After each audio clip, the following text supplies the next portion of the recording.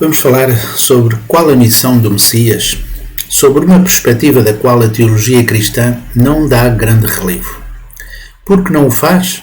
E segundo a nossa perspectiva, a lógica do pensamento teológico cristão desenvolve-se ou foge do centro, foge do núcleo essencial e principal da vontade de Deus. Não quer isto dizer que o que nos foi ensinado até hoje seja ou esteja errado. É apenas um olhar sobre um ângulo diferente que proporciona outra sensibilidade na interpretação e compreensão da palavra de Deus. Analisarmos a sua vontade sobre esta nossa perspectiva, que gostaria, portanto, de transmitir neste vídeo, transmite outra forma de olhar e interpretar a mensagem bíblica. O que transmitimos hoje, nomeadamente este tópico sobre a missão do Messias, soa como ao que aconteceu no tempo de Jesus. Jesus não disse nada que contrariasse os 10 mandamentos. Os 10 mandamentos eram algo muito restrito, algo como preto e branco. Se fosse amarelo ou verde, estavam em pecado. Só poderia ser ou branco ou preto. Jesus veio trazer uma compreensão mais profunda dos 10 mandamentos e com uma maior amplitude da verdade e da vontade de Deus. Por exemplo, nos 10 mandamentos do Antigo Testamento está escrito: não matarás. Mas Jesus, no Novo Testamento, diz: ama o próximo como a ti mesmo. Ou ainda, ama o inimigo 70 vezes 7. Mas isto soava aos ouvidos dos judeus como uma blasfémia, como uma heresia, como uma mentira, entre outras passagens. Isto sempre acontece quando alguma coisa surge de novo no pensamento humano, quer ele seja religioso, científico ou filosófico. Sofre sempre da incredibilidade, da rejeição, da perseguição, porque parece contrariar ou negar o ou os paradigmas já estabelecidos na sociedade. Vejamos o que quero realmente transmitir. Originalmente, qual seria a vontade de Deus quando criou Adão e Eva? Na Bíblia está escrito, em Gênesis 1:26, façamos o homem à nossa imagem, conforme a nossa semelhança. Podeis comentar isto com os pastores ou com os padres a quem vocês têm contacto e perguntem sobre esta perspectiva e comparem as respostas que eles vos possam dar. Depois, em Gênesis 1:28, Deus disse: e Deus os abençoou e disse-lhes: frutificai, multiplicai-vos e enchei a terra e sujeitai-a. Ou seja, cresce, multiplica e domina, simplificando. No primeiro caso, o que significa este crescer ou frutificai? O que é que isto quer realmente significar? Geralmente o cristianismo pensa que crescer é tornar-se adulto, fisicamente falando. Vou tirar aqui o ponteiro. Normalmente é esse o pensamento que as pessoas têm. Cresce, portanto, é tornar-se homem, tornar-se mulher, enfim, adulto. É o que normalmente se pensa. Mas tornar-se adulto, do ponto de vista físico, não envolve, digamos, uma responsabilidade por aí além. O corpo até nos diz quando tem fome ou quando está cansado. De forma é só questão de comer quando ele diz que tem fome, quando nos faz sentir essa fome, ou quando está cansado é ir dormir. Portanto, não há uma responsabilidade por aí além. Mas do ponto de vista espiritual, isto é, do ponto de vista interior, do ponto de vista psicológico, do ponto de vista emocional e tudo mais, já assim não acontece. Eu pus aqui o cresce e aparece precisamente para definir melhor aquilo que procuro transmitir. Os mais velhos muitas das vezes dizem aos mais novos, dizem, opa, cresce e aparece. Significa o quê? E se calhar eles são mais velhos, são mais altos que nós. Isto quer dizer precisamente cresce por dentro, isto é, torna-te adulto, torna-te maturo e então depois vem falar comigo. Isto é, cresce por dentro, cresce e aparece. É o que normalmente o povo diz. Portanto, do ponto de vista espiritual, neste ponto de vista interior, devemos tornar-nos a semelhança de Deus. Ou seja, devemos nutrir as características de Deus. Quais são? É a mãe de todas elas. E qual é? Amor incondicional. Este amor incondicional e absoluto é aquilo que Deus pede a Adão e Eva. Crescei. Crescei e tornai-vos semelhantes a mim. É o que Deus te está pedindo. Portanto, cresce por dentro. Cresce o potencial que eu vos dei. Agora desenvolvam esse potencial e tornai-vos semelhantes a mim. Será que Adão e Eva tinham essas características vivas quando foram criados? Certamente que não. Por isso lhes foi dito: crescei, desenvolvei, frutificai. Isto é, deem frutos. Está marcado em cada um de vós, está marcado no ser humano, está marcado em Adão e Eva, esse potencial. Então, frutifica isso, desenvolve isso. É o que quer dizer crescei. Não é o crescer físico, é o crescer interior. Perguntai isto aos vossos pastores, aos vossos padres, como interpretam este mesmo crescer? Qual é o propósito então do valor, propósito e valor dos seres humanos? Vamos procurar uma referência, e uma referência está no homem perfeito, mas nós não somos perfeitos. Qual é a referência que a gente pode tomar? É Jesus, acreditando que Jesus é realmente perfeito. E Jesus é um ser humano. Jesus é um filho de Deus. É um filho de Deus porquê? Porque manifesta essa semelhança a Deus. Os pais são semelhantes, não, os filhos são semelhantes aos pais. E eles identificam-se. Jesus identificava-se com o Pai, Deus. Por isso era filho. E Jesus tinha um valor único. Tinha um valor divino. Tinha um valor eterno e cósmico. Divino é realmente como Deus é divino. Único porque qualquer ser humano é único. Eterno porque os valores que ele manifesta são realmente valores eternos e que nós constantemente procuramos. E cósmico porque ele, para além de crescer, para além de também dominava. E portanto tinha um valor cósmico. Ele dominava toda a criação. Por isso os milagres. E não vou falar sobre esse assunto porque é outro tema. Ora, Adão, no início, quando foi criado, deveria ter o valor que Jesus manifestou. Porque Jesus vem como o segundo Adão. O primeiro Adão que Deus criou era para realizar a vontade de Deus. Portanto, esse primeiro Adão teria o mesmo valor que Jesus. Ele também poderia dizer: quem me vê a mim, vê o Pai. Se Adão cumprisse a sua responsabilidade, ele poderia dizer: quem me vê a mim, vê o Pai. Ou seja, Adão devia ser a semelhança de Deus. Por isso ele poderia dizer: quem me vê a mim, vê o Pai. E não tinha, se assim fosse, não teríamos a necessidade de o Messias vir, de Jesus vir. Porque ele cumpriria com essa responsabilidade que é tornar-se semelhante a Deus. Portanto, Adão, sendo semelhante a Deus, era também uma pessoa de valor divino, de valor único, de valor eterno e de valor cósmico. Eva, por sua vez, também deveria tornar-se a semelhança de Deus. Ambos deviam de formar aquela família que Deus pretendia. Portanto, Adão, centrados em Deus, Adão deveria de amar Eva, Eva deveria de amar o Adão, na mesma dimensão, e terem filhos. E, naturalmente, isto seria a família. Família a constituir no paraíso. É isto que Deus pede: crescer, multiplicar e dominar. Enquanto estão no paraíso, fazei essa minha vontade. Portanto, realizando esta vontade, a família, como o centro, como o núcleo base de uma sociedade, naturalmente haveriam sociedades perfeitas, nações perfeitas e mundo perfeito vinha a ser realizado. Logo, o reino do céu era constituído. Isto é a vontade de Deus.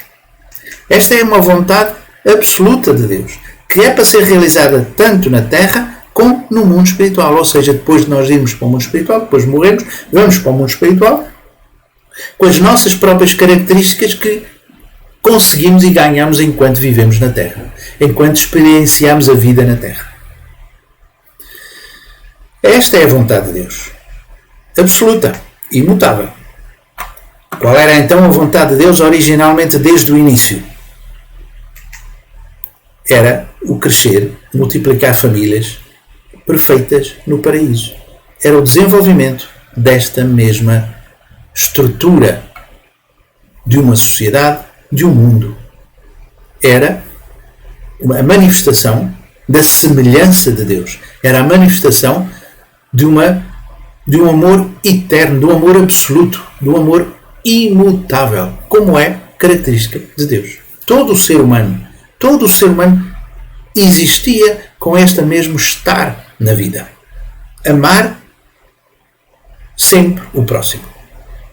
Servir sempre o próximo. Porque é, afinal de contas, aquilo que Deus tem como sua própria característica principal.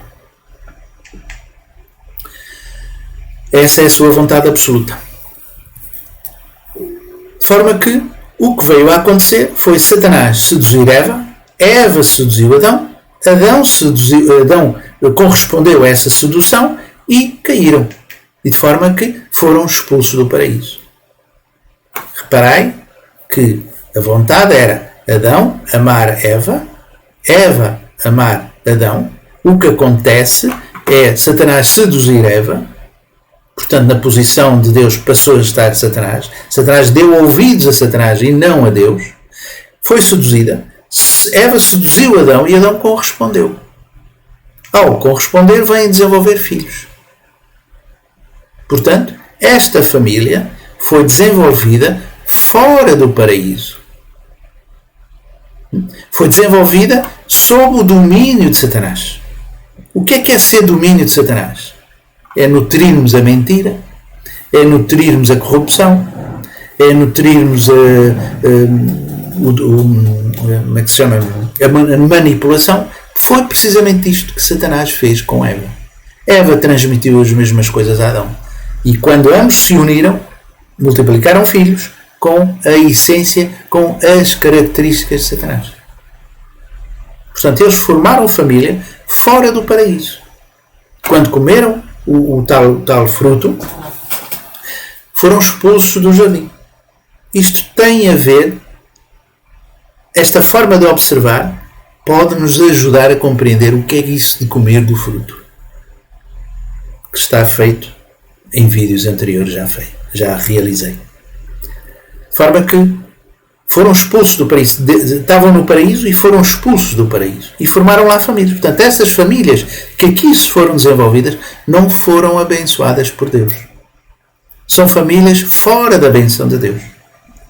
Portanto, o pecado original foi eles terem formado família fora do paraíso. Porque era a família, era onde poderíamos refletir, debaixo da direção de Deus, podíamos refletir a semelhança de Deus. Se a família foi feita, foi realizada fora do ambiente de Deus, entraram em pecado original. E nós, como fruto dessa mesma multiplicação, estamos em pecado original. Pecado original, afinal, foi Adão e Eva terem realizado a família fora do paraíso. Por consequência, filhos imperfeitos, sociedades imperfeitas, nações imperfeitas, um mundo imperfeito, e então vivemos num inferno. Inferno porquê? Porque a estrutura das nossas sociedades é baseada na mentira, é baseada na falsidade, é baseada na corrupção, é baseada na manipulação, e tudo isto nós somos frutos desta mesma sociedade. Todos nós, quer queiramos, quer não, por esta ou por aquela razão mais simples ou mais forte, também mentimos, também ignoramos as coisas e de forma que defendemos muitas das vezes através da mentira. E isto é o domínio de Satanás. podemos dizer que o dono deste mundo, o pai deste mundo é realmente Satanás. Como Jesus diz, o pai deste mundo é Satanás, o pai da mentira. De forma que é esta a situação em que nós nos encontramos. Logo, desaparecendo tudo isto, Deus ficou sozinho. Deus não tem ninguém. Deus ficou absolutamente só. Com os seus anjos, com alguns deles, e ficou só. Não tem ninguém a quem ele se possa identificar. Como é que ele pode realmente vir a restaurar esta humanidade? Como é que Deus faz com que esta humanidade saia do domínio de Satanás? Saia do domínio da mentira e da falsidade. Ora, Deus, através nestas mesma linhagem caída, faz surgir uma nova linhagem, umas novas sementes para vir a conseguir o que pretende. Portanto, vem a surgir Noé, vem a surgir Abraão, vem a surgir Jacó, Moisés, David. A partir desta mesma linhagem falsa, há um desvio nessa mesma constituição e Deus, de linhagens, e Deus provoca uma nova sociedade, uma nova linhagem de humanidade. É o povo judeu. E o povo, deste mesmo povo, a partir de David, vem a sair Jesus. Jesus, afinal, é realmente a razão pela qual Deus criou o povo judeu. E Jesus, está escrito que vem como o primeiro Adão. Portanto, assim está também escrito. O primeiro homem, Adão, foi feito em alma vivente. O último Adão, em espírito vivificante. Portanto, Jesus é considerado como o segundo Adão. E ele, apesar de todo este percurso que todo este povo vem desenvolvendo,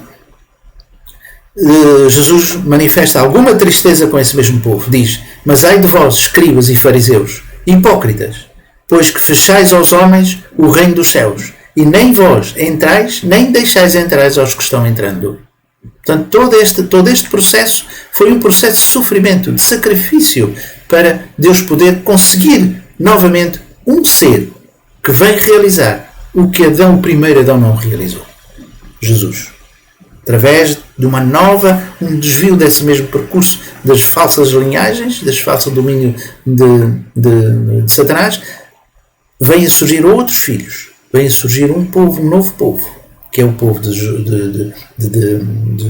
judeus, e nele vem a surgir um homem que está na posição de segundo Adão. Este segundo Adão vem realizar a vontade de Deus, que o primeiro não realizou. Qual era a vontade de Deus? A vontade de Deus é absoluta e única. Crescer à perfeição, multiplicar a perfeição e dominar a imperfeição. Isto é uma blasfémia para o cristianismo, dizer isto. Mas negai, se a vontade de Deus, a original, era que o homem crescesse à perfeição, multiplicasse a perfeição e dominasse a imperfeição, essa é a vontade de Deus, para qualquer ser humano que existisse. Jesus é considerado como um homem. E vem realizar o primeiro Adão não realizou. Então, Jesus, como segundo Adão, devia multiplicar uma família. Devia ter a sua própria esposa, que estava na posição de segunda Eva, e desenvolver famílias perfeitos. Então, construiria essa mesma família num paraíso. Paraíso aqui o que é que significar? Sob a bênção de Deus. Sob a direção e vontade de Deus. Portanto, este seria a primeira família que Deus poderia ver ou poderia se identificar. Seria a primeira família, porque a vontade de Deus era esta que foi perdida em Adão. Logo, a partir daqui poderiam vir a surgir e a multiplicar sociedades perfeitas, nações perfeitas, o mundo perfeito, e seria o reino do céu. Reino do céu no paraíso. Paraíso aqui, novamente realço, que é sob a direção, sob a proteção, sob a bênção de Deus. É o que isto significa. Portanto, a missão do Messias, como um homem perfeito, é realizar a vontade de Deus. Jesus é o segundo Adão. vem realizar o que o primeiro não realizou. A vontade de Deus é esta: crescer, multiplicar e dominar. Esta é a razão pela qual Deus luta, tem vindo a lutar ao longo de todos estes séculos, todos estes milhares e milhares de anos, para poder restaurar, para poder encontrar uma segunda figura que represente o homem ideal, já que Adão não o foi. Portanto, a salvação não é só um número de pessoas limitado, mas acreditamos que é um número de pessoas ilimitado. Essa salvação. Porque Deus como Pai de amor, certamente, e Ele criou toda a humanidade, ou proporcionou a criação de toda a humanidade, Ele tem amor pelos seus filhos. Se uns vão para o inferno e os outros vão para o céu, Ele como Pai, com amor de Pai, certamente não está feliz por ver uns quantos filhos ainda no inferno. Portanto, o objetivo de Deus é único e absoluto e imutável. O seu amor é imutável. Portanto, o amor que vai, aqueles que vão para o inferno, também deve ser imutável. Ele também deve sentir amor por eles. Portanto, eles também podem vir a ser restaurados. Transferirem-se do céu, do inferno para o céu. E o que é esse inferno, o que é isso para o céu, é outra questão, mas não é o tema agora. Portanto, restauração ou salvação para nós significa retirarmos todo este mundo, todas estas famílias, todas estas pessoas a formarem as suas famílias para estarem debaixo da direção e da bênção de Deus. Isto é para nós o que significa restauração ou salvação. Retirar sob o domínio de Satanás para entrarmos no domínio de Deus. Este é o mundo do inferno que Deus pretende eliminar. E eliminar não são as pessoas. Eliminar é a conduta desse mesmo tipo de pessoas que estão a viver sob a direção de Satanás. Qual é então o significado da salvação? Ou como Jesus nos salva? E isto é o pedido que vos faço. Vejam o vídeo que vai ser lançado já a seguir. De modo que eu espero poder motivar a que vocês possam ouvir os vídeos a seguir e que, enfim, façam essas questões, coloquem estas questões aos pastores ou aos padres e observem como é a diferença do raciocínio que nós tomamos e não negamos Deus, não negamos Jesus, não negamos a providência, mas só que temos a observação da mesma sobre uma perspectiva diferente, sobre um ângulo diferente. Isso dá uma outra forma de pensarmos sobre o que é a verdade. De modo que, muito obrigado e espero que possam colocar um gosto ou um desgosto nessas mãozinhas que estão aí em baixo. Muito obrigado e até o próximo vídeo.